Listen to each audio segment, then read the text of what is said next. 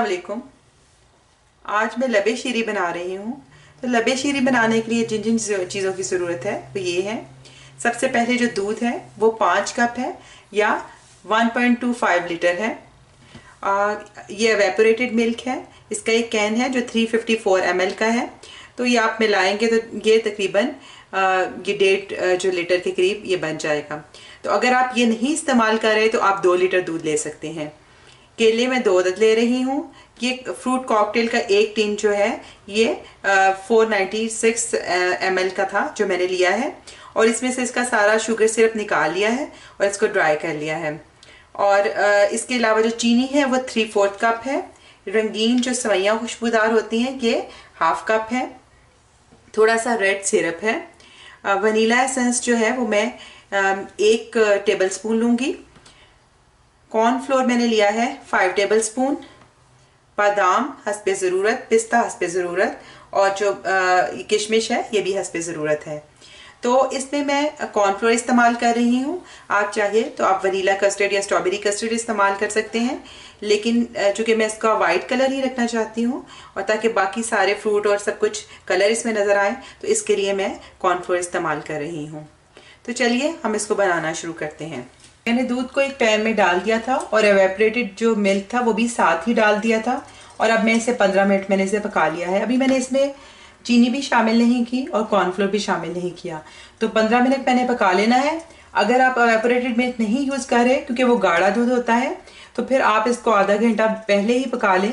अगर आप कस्टर्ड डाल के इसको पकाएंगे तो फिर वो कस्टर्ड नीचे लगने का खतरा होता है। तो पहले आप दूध थोड़ा सा गाढ़ा कर लें और फिर उसके अंदर चीनी और कस्टर्ड पाउडर डालें। तो अब मैंने इसके अंदर जो है अब चीनी शामिल करूंगी। 15 मिनट मैंने इसे पका लिया है। दूध का रंग देखें तो आप चेंज हो गया है। तो अब मैं इसमें चीनी शामिल कर दूंगी।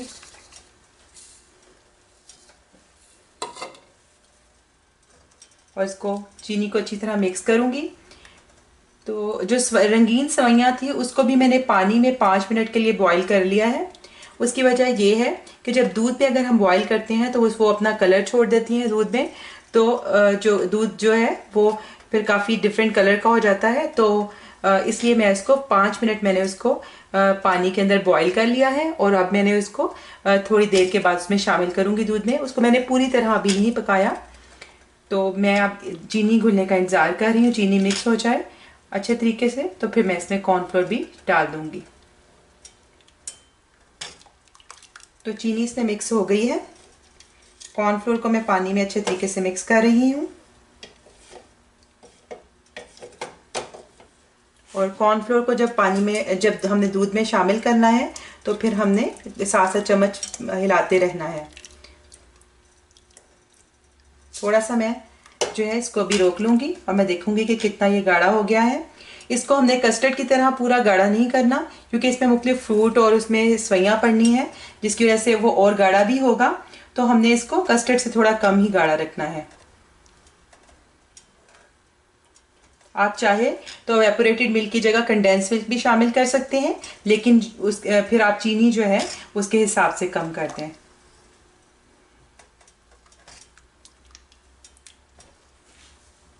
तो अभी मुझे ये थोड़ा सा पतला लग रहा है, तो मैं इसमें जो ये कॉर्नफ्लोर है ये भी शामिल कर दूंगी। तो 5 टेबल स्पून जो कॉर्नफ्लोर है वो सारा इसमें पड़ गया है, और मैं अब इसमें 1 टेबल स्पून वनीला एसेंस भी शामिल कर दूंगी। अगर आप वनीला कस्टर्ड इस्तेमाल कर रहे हैं तो फिर आपको वनीला एसेंस डालने की ज़रूरत नहीं पड़ेगी आपको। मैं इसमें मिक्स करती जाऊँगी, हिलाती जाऊँगी, ताकि कस्टर्ड जो है वो नीचे ना लगे। अब मैं इसमें सवैयाँ भी शामिल कर दूंगी। ये सवैयाँ मैंने थोड़ी सी बॉईल करके छान ली है। अब ये पूरी तरह नहीं पकी, तो ये भी मैं इसमें शामिल कर दूंगी और इसको पका लूँगी कि जो कॉर्नफ्लोर का जो कच्चापन है वो ख़त्म हो जाए। कस्टर्ड हमारा तैयार हो गया है। मैंने कॉर्नफ्लोर और सवैयाँ डालने के बाद भी इसको 10-12 मिनट अच्छे तरीके से पकाया है। आप ये देखिए कि अब इसका कलर कितना चेंज हो गया है, और ये सवैयाँ भी गल गई हैं, और ये इतना गाढ़ा होना चाहिए, इससे ज़्यादा गाढ़ा नहीं होना चाहिए। और क्योंकि इसे जब ठंडा होना है तो ये मज़ीद गाढ़ा हो जाएगा, तो इसको आपने इतना ही पतला रखना है, और अब इसे अच्छे तरीके से अब आपने ठंडा कर लेना है। और उसके बाद ही इसमें फ्रूट और बाकी सब चीज़ें शामिल करेंगे। तो एक चीज़ जो मैं आपको बताना भूल गई थी कि मैंने 2 जेलीज के जो पैकेट हैं, ये पाइनएप्पल और स्ट्रॉबेरी जेली है, ये भी मैं यूज़ करूँगी। कस्टर्ड हमारा बहुत अच्छे तरीके से ठंडा हो गया है, तो अब इसमें मैं बाकी सब चीज़ों की मिक्सिंग करूँगी। तो सबसे पहले ये किशमिश डालूँगी इसके अंदर, पिस्ते, बादाम, इसके बाद ये फ्रूट कॉकटेल।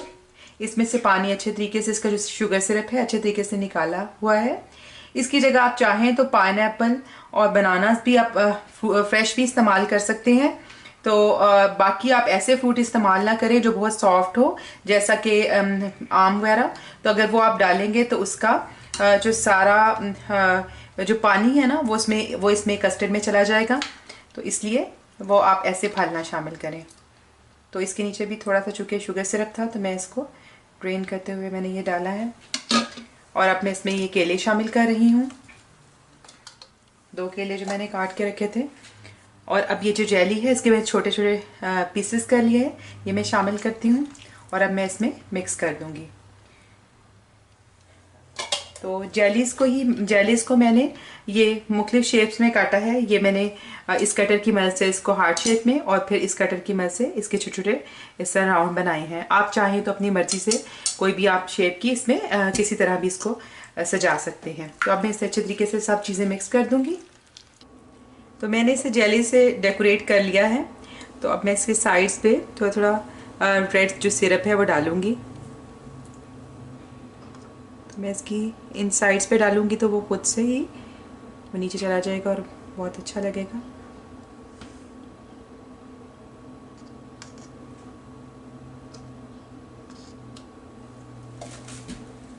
तो आप इसे बहुत अच्छे तरीके से ठंडा करके पेश करें।